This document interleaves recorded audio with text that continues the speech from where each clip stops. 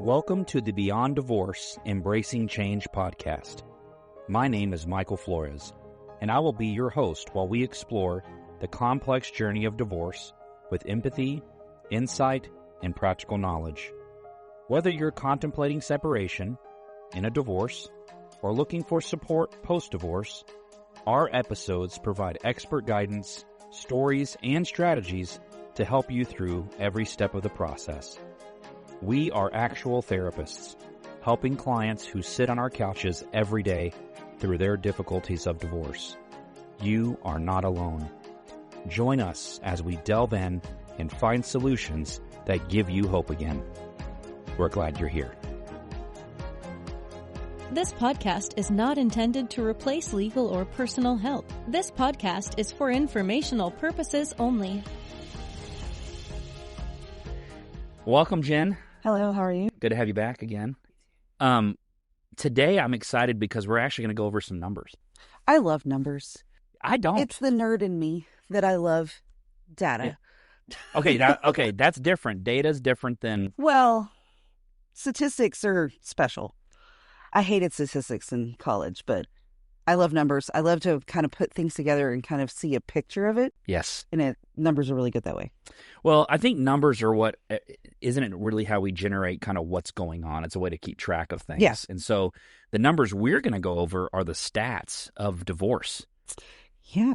Which I think may be helpful for people to kind of go, hey, where do I fall in the mix? Some people like to compare and go like, am I part of the bigger picture of the whole, like the bell curve thing? You know, am I in the normal range? But I think for the listeners, we want to just kind of show things to keep in mind and what the numbers and the trends are showing us. And you brought some of that with you today. I did, yeah. Okay, so why don't we get into some of the basics of that? What are some basic stats on divorce that we should know about? Well, a lot of the data I pulled is all from one page's compiled information. So it's helpful to understand that. And it's from an attorney's office out of Los Angeles, Wilkinson and Finkbein, I think is how you say the name. But one of the things that I noticed, the rate of marriage is 6 per 1,000. So for every 1,000 people, 6 people get married. Or there's 6 marriages. For every 1,000 people, yeah, there are 6 marriages in that. Yes. Okay. For every 1,000 people, there's 2.5 divorces. Wow. So we actually get married more than we divorce, which is nice. Okay. Yeah. But they're both kind of declining. Both are declining. So less people are getting married and less people are getting divorced too. Okay. If you don't get married, you don't get divorced. Do we know why? We're going to get into that later. Okay. I'm sorry. Jumping ahead. You know me. I'm a therapist. Well, help me understand. What's interesting is the rate of divorce actually has been pretty stable for years, like 30, 40 years. Okay. It's been pretty consistent on when you look at the averages. So 50% of first marriages will end in divorce. That number hasn't changed in over 20 years. 50% of first marriages. Just marriages in general. Okay. There's a little difference. 50% of marriages in general end in divorce. If you look at all the marriages over all of them, yes. So half of marriages end in divorce. Okay. If you look at first marriages, 41%, they're a little bit less. Huh. Second marriages is 60% end in divorce. And third marriages, 73% end in divorce. Third? Wow. Okay. So like the trend goes up the more you get married? Yeah. Well, and I have a theory on that. And I don't know. I mean, we do a lot of work with divorced couples and married couples and everything else. I think the issue is, if you don't figure it out with the first marriage, you still don't figure it out with the second one, and you really don't figure it out with the third one. So you keep bringing the same issue or the same problems, you're not resolving them. Well, that may be the case, but there's multiple things to manage. Like I'm wondering, like if you have children, it does make a difference. People need to remember that, like when you're married in your first marriage and you have children, and then there's a divorce and you're getting into your second marriage, your new partner has also maybe, but they're also marrying your ex in some ways because there's still a connective piece because children are involved. Yeah. So people have to consider the full dynamic, and I'm wondering if that plays into the next, pieces. Well, at least it's what I've heard. And I think in the work we do see that, because when you have other people, it's not just you and two people in a marriage anymore. It's two people, their kids and their exes. And you're having this back and forth, and you have different ideas on how to raise them, how to discipline them, how to talk to them. It makes a world of difference. And so you kind of get stuck in trying to figure out those relationships while also keep maintaining your new relationship. Yes, the balance. The balance of them too. The balance, yeah. Yeah. Okay, continue, please. I apologize. Couple other just odd statistics. When you think about time, divorces happen about every 42 seconds. There's a divorce about every 42 seconds in a day. Does that mean there's a filing for divorce every 42 seconds? No, I think it's an actual divorce. Oh, my goodness. And so for a year, if you add that up over a year, it's 746,971 divorces in a year on average. Now, the cool thing is marriages happen every 16 seconds. And if you add that up over a time period of a year, you have 2,015,603 marriages a year. So the rate of marriage is much higher than the rate of divorce, even though the statistics are look odd because there's 50% end in divorce. There's still more marriages happening and lasting than there are divorces. So I think that's an important piece of that. The average length of a marriage is about 8 years. And it's kind of interesting because they used to say the 7-year itch. That's what they used to, I think that's from the 50s. Is there anything in those stats that says if you make it past 8 years, the likelihood of your marriage staying intact? No, it doesn't say that. No? Okay. But I do think it makes a difference. And it doesn't mean that if you don't make it to 8 years, you failed. Well, if you get past 42 seconds, I think you're doing okay. Yeah, exactly. You get there. That's bad joke. Apologize. Yes. Okay. I think what's interesting when you look at this, do you want to be part of the statistics or do you not? Do you want to work it out or do you not? I do marriage counseling. I also work with divorced couples. So it's kind of like you still have a relationship with that person. You have to have a connection with them, especially if you have kids. But finding a way to have a workable relationship is usually the key. I think I've mentioned this before. I was lucky. My parents got divorced when I was about 1, but they stayed best friends my whole life. Wow. They have been able to go through multiple marriages each. They are definitely part of the statistics, but they went through multiple marriages, but in the same time, for my brother and I, they stayed friends.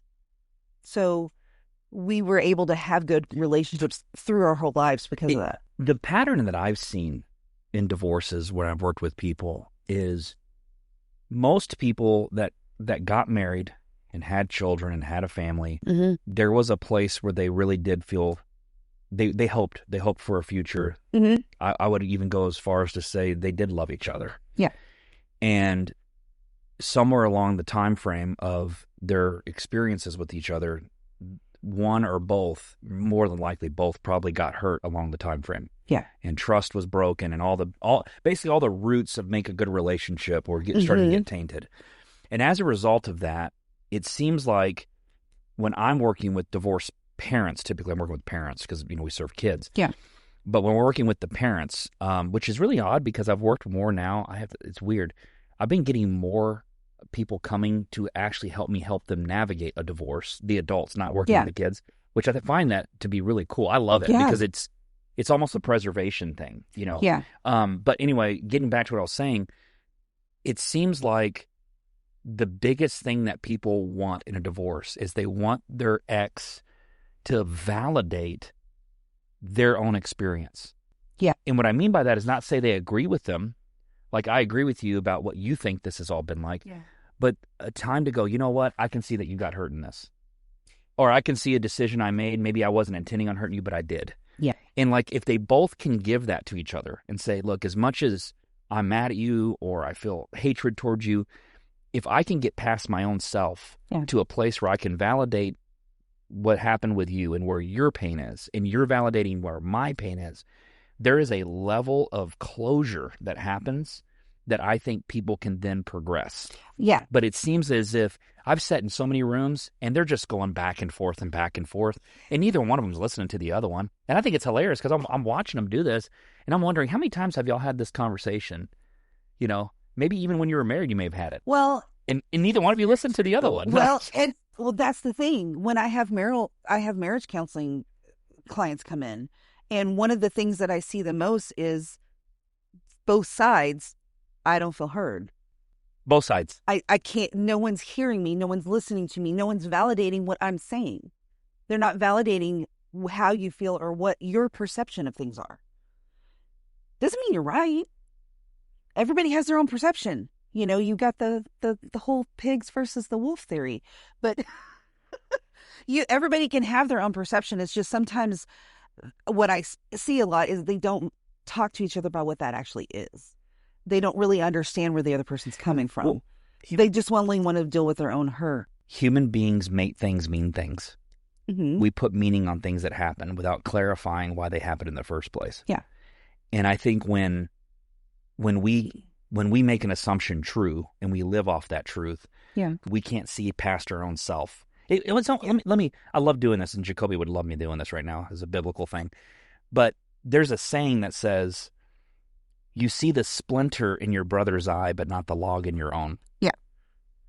And I think about that in all these things. Like, it's so easy to see what's in them without realizing. Notice the difference between a splinter and a log.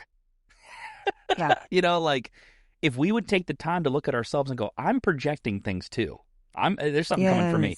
So these stats that you're offering, mm-hmm. I love that people are getting to hear the numbers, but if they want to be a different number than this, they have to go, I have to do something different and follow the trend, right? So are there other basic stats that you think would be really helpful for our listeners to hear? Those were good so far. Well, I think thinking about who's actually getting divorced. It's part of the basic statistics, but it's like who's actually getting divorced. One of the things I saw was, the average age of divorce is 30. Average is 30? Mm-hmm. Age 30. But 60% of divorces are going to be sometimes between the ages of 35 and 30, or 25 and 36. Okay. Typically wives file first 60% of the time. I have my own theory on that too, but we'll not get into that. I'm watching your brain turn. You're sitting there going, wait, I got a theory on that. You want to share that now? You want to share it later? Well, if you think about it, especially if you have kids, who typically manages the schedule? The men. No, I'm teasing. I'm messing with you, Chip. When you have a schedule, you have a household, you have different things, the grocery store. I mean, depending on how y'all share your roles, from what I see from my clients, it's mostly the moms that are doing all those things. Now, doesn't mean dad doesn't help.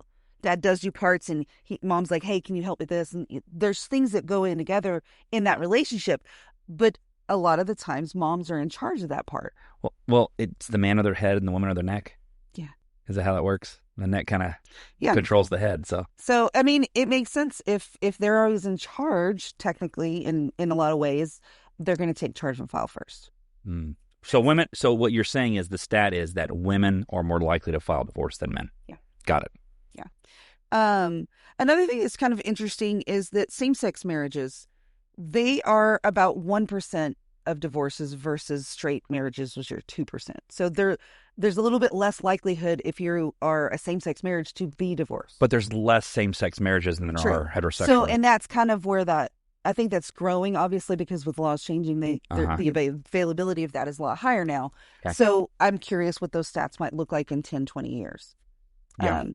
It is interesting. There was a study done in England that what they found was that lesbian couples were twice as likely to divorce than other same-sex couples. Lesbian couples in particular. Okay. So it's just interesting. Now, I mean, we've seen a variety of everybody here, so... We've worked with a lot. We've had cases from many different backgrounds. I mean, I think I had a case once where I think I was doing reunification or reconciliation with the parents and the kid, and I think the grandparents were the ones going, like, they had two grandparents, right? Mm-hmm. So I had the paternal and the I've maternal. had that happen. I've Yeah. had a couple of cases like that too. Yeah. So we see a lot, that's Yeah. for sure. Okay. Um, Who else is what did getting I divorced? found? Let's see. Well, everybody. No, not everybody. It's all right. Find it. I was trying to find. Oh, here it is. No, that's not it. It's a different one. Law enforcement. Oh, It's interesting when you look at careers. Law enforcement is about 14%. meaning what? 14% of law enforcement divorce. Okay. So 14% of men that are in law, or women Either that are in law it doesn't enforcement. specify. Yeah. What's interesting though is that corrections officers, it's 23%. It's higher? Yeah. So you mean when you say correction officer, you're like working in the jail? Yeah. Okay. So kind of interesting. Nurses is 28%. Oh, man. I have a feeling that has to do with their schedules. A lot of scheduling issues. And doctors and surgeons is only 9%. So Probably has to do with their schedule. their schedules, No. no, seriously, they're more flexible. They can actually have a little bit more specific scheduling. The reason I think of this is nurses typically work 12-hour days. They have the worst. Nurses travel too. And some travel, some, Because there's not depending enough on of what them. field you work in. I mean, we always need nurses. If you want a career, join a nurse. Yeah, be a nurse, but Be a come get nurse. therapy when you get married, right? I mean, we won't you getting that number's high. And it's interesting. Legislators is about 8% divorce. It doesn't have a whole lot. Wait staff is about 27%. Wait staff? Wait staff. As in like people that do Waiters, restaurant work? Okay. restaurants. Entertainers is 28%. Would that be like people like your music industry, film? Okay. Yeah. So it's kind of interesting. They also have statistics by ethnicity Do they have statistics for women, but they didn't do it for men. Do they have any that you found on just like infidelity? Oh, Like no. nothing with that? Mm-mm. I'm wondering how infidelity plays into a lot of, because remember, one of the basis of any relationship is trust. Yeah. So like even in co-parenting, what's the one thing they have to co-parent well? Trust. Trust. What do they have to be good partners in a marriage? Trust. Okay, so it's that one component. Like, Well, it's the base of any relationship. that's it right there. Your kids, you got to have trust. There it is. And so that's why I'm wondering if there's particular things that play into, and if we don't have the stat, we don't, but that are pushing or playing into why people are getting divorced.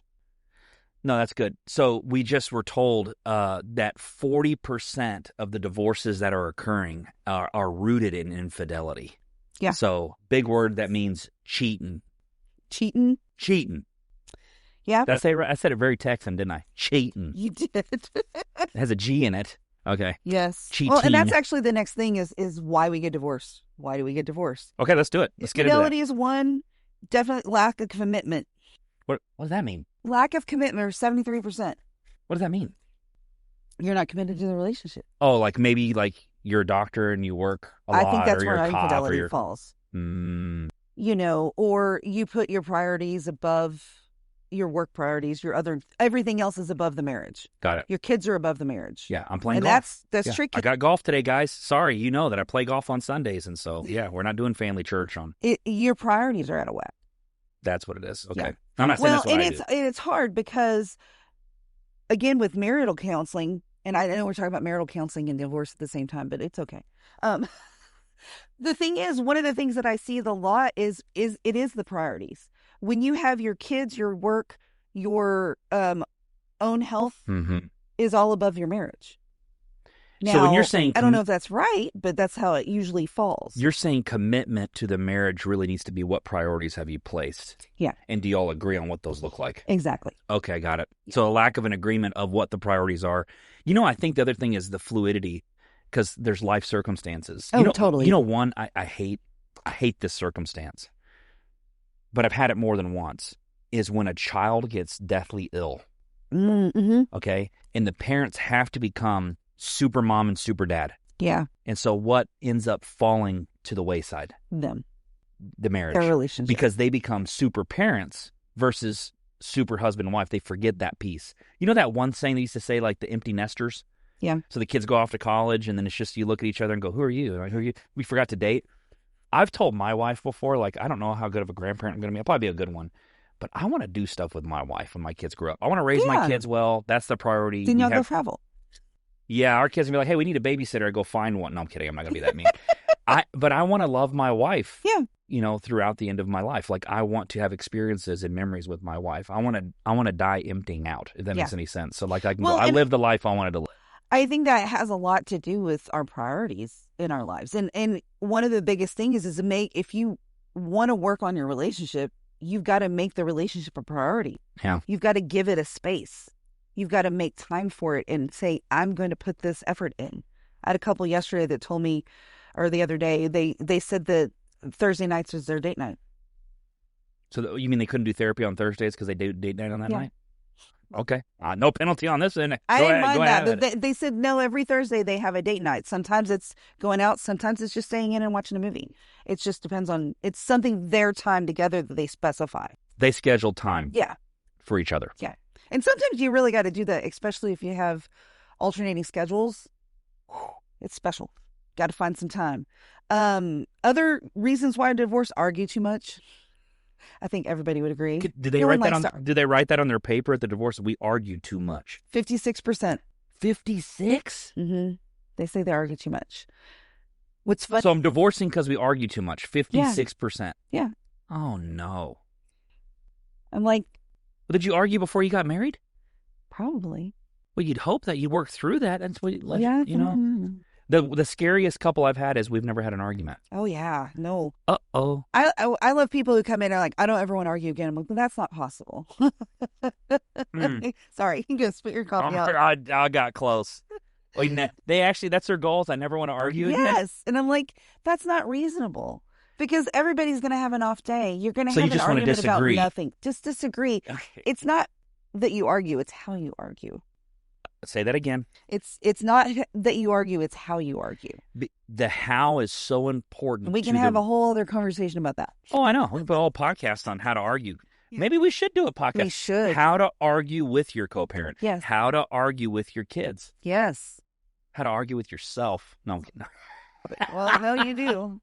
All right, infidelity is on here. It's 55% on this. Now, these stats are from 2001, so okay. I think what we got, the 40% is probably... Well, we're just getting psychology, the American Psychological Association, so we're good. This is a different set. Give me these. I want to see these. What is infidelity is 55%. Married too young, 46%. Ooh. Getting married out of high school. Maybe. A lot of times it works. A lot of times there's issues. Unrealistic expectations, 45%, which I think that would be... Meaning that they had an expectation going into the marriage? Yeah. They thought it was going to be a certain way, and it wasn't like that, so now they're mad. I feel like that one's going to go up. Oh, yeah. Okay, continue. Lack of equality in the relationship is about 44%. Equality. Okay, equality. Mm-hmm. Lack of preparation for marriage, 41%. They weren't prepared for what they were getting themselves into. And domestic violence or abuse is about 25%. Really? I thought that's pretty low. That seems low, yes. Well, I'm glad it's low. I'm glad it's low, yes. And, I just feel like, don't we hear the word safety so much thrown around in divorce? That I'm like, my brain goes safety, there's physical something happening. Yeah. But then when I dive in, I hear more times discomfort. Yeah. They interchange the word discomfort for safety. Yeah. I don't feel safe when they're really saying I don't feel comfortable. And so I always... Hey, let's be clear on what we're saying here. Words matter. They do matter. And I think a lot of this, when you think about how we function as adults and when we have conversations and we have disagreements, again, it goes back to how we're fighting. Mm-hmm. Because if you are having an argument and you're calling each other names or you're saying demeaning things about the other person, that's probably not going to end well. Right. And it's not really going to build anything in that relationship. It's just going to bring it down. Got it. So, but if you can find a way to work through some of that and kind of resolve some of the, petty things that we get mad about, you can maybe get through some of those arguments without a real fight. Obviously, I also will say this, because I know infidelity is one of the highest, but that doesn't mean your marriage can't survive it. And I think that's important to understand, even within looking at divorce. Depending on how you built your relationship, you can get through anything you want to get through. You just got to really want to and really do the work. The thing about, I saw I'm going to use this paper to do it as a visual for those that are watching this. I heard a person that taught it to me, and they said, if this, when you're born and you're like this piece of paper and you're smooth and you haven't had a lot of experiences in life, right? So it kind of represents You have that. no wrinkles. Right. And then you go through life and things happen to you. People mistreat you. You feel betrayed. You get hurt.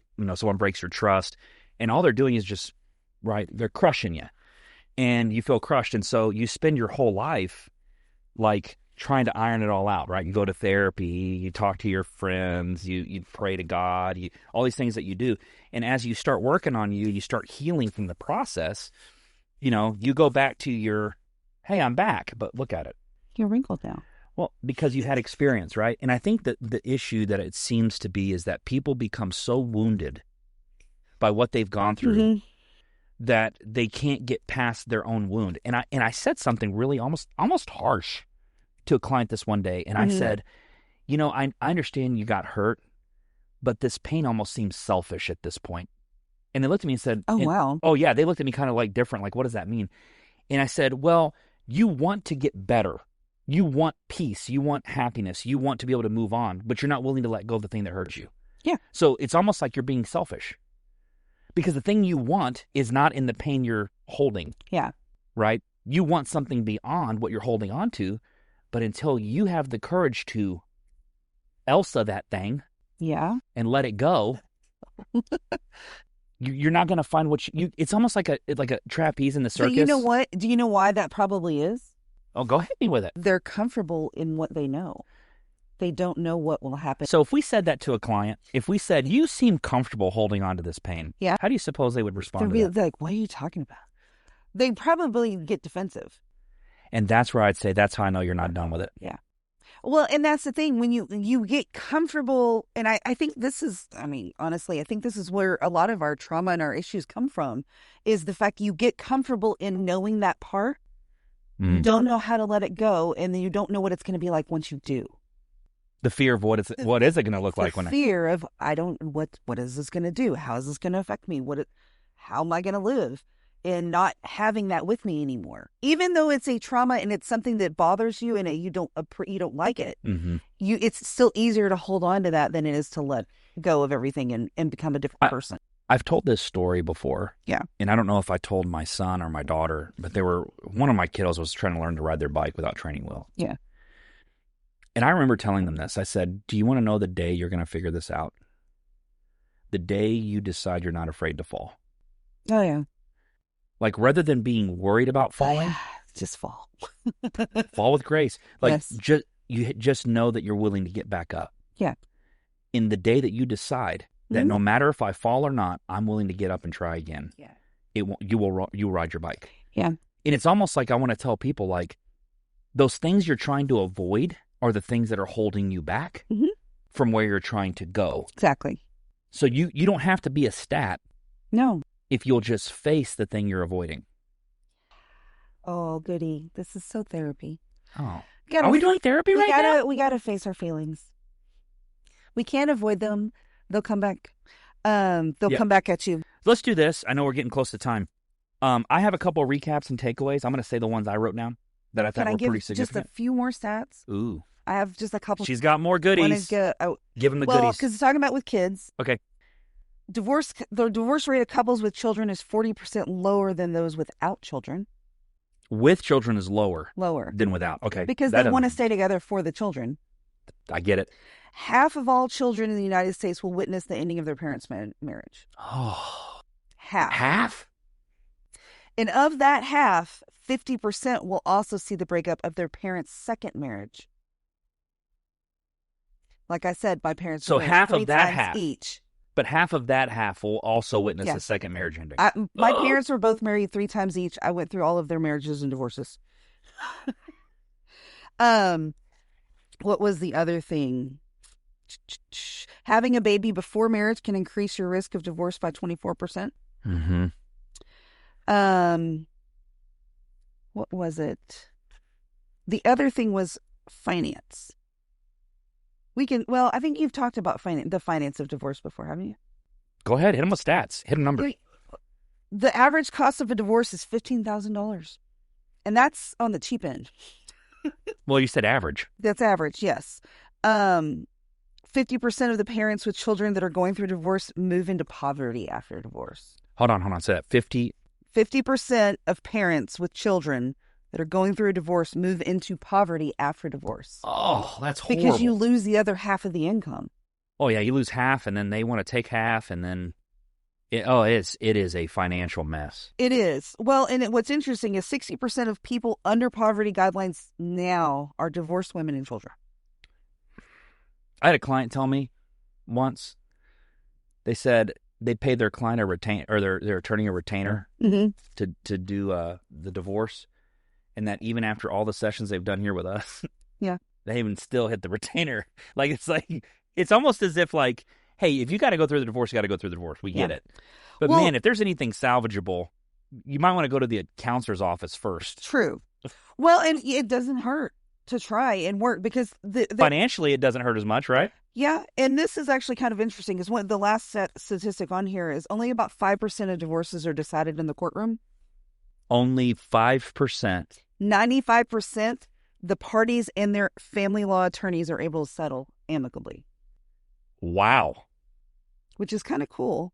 Or it was either, or they go through mediation. So, I mean, there are ways to work through a divorce. And I do think going to a therapist to figure out how to manage the divorce, how to manage the relationships through the divorce. I mean, that's part of the reason why we did this podcast is because we need to work through the relationship part of this. Mm-hmm. And then if you do have to go through divorce because there are reasons you can't stay married, I mean, there's very valid reasons. We didn't even get into it, but I know substance abuse is one of those that's really high. And you have that trust is gone. So, but being able to have a workable relationship for your kids, for yourselves, to be able to live your life, move on to another relationship that might be beneficial to you. Divorce is all about transitions, and if people can become really good navigators of their transitions, usually things can work pretty well. And I would just tell people that's the greatest piece of advice I can give you is when you're in a divorce or getting divorced, you're dealing with tons of transitions, financial transitions, kids, co-parenting, new relationships. And so you're navigating this newness all over you. Yeah. And so you have to develop a navigational way to create a new normal. Yeah. Make sense? Mm-hmm. And making it work for you. Us therapists love to help people develop new normals. Yes. That fit within the world that you're trying to create for yourself, right? That's 90% of the work I do with kids. There you go. How do they manage the situation going on around them that they don't have control of? There it is. Okay. So hit these recaps. We'll be done. Half of marriages are ending in divorce. A divorce is happening every 42 seconds. 8 years is the average length of a marriage. We got to figure. There's something about that I want to learn more about. Average age is 30, but somewhere between 25 and 36 years of age is about the average age of people that are getting divorced. Those are the ones I really wanted to hit on. Is there any other ones that you said stood out? You said, I want to make sure the listeners hear this again. No, I don't think so. I think my biggest thing is, if you feel like there is a way to work on your marriage or at least have an amicable divorce, then do it. Find a way to make it work for you. There you go. If you absolutely cannot be with this person for your own reasons, that's valid. There's nothing wrong with that. Right. And that doesn't matter. I mean, it doesn't matter if it's part of the statistics or not. You've got to take care of yourself first. It all goes back to you. There you go. Like we talked about in the beginning, because all of our issues all start with us. So we've got to figure out what our issues are first before we can do anything with anyone else's. That's right. Okay. Well, I wanted to thank all the listeners for being here. I actually want to just really give a big shout out to those individuals who have stopped by to give their personal feedback and appreciation of the podcast. It has really helped us want to do this more and continue to do this for you. And I can't thank you enough for being here. We can't do it without you listeners listening in and wanting to get information. We love to share. We love to help. And we're just so glad that you're here with us. Thank you, everyone. Keep moving forward.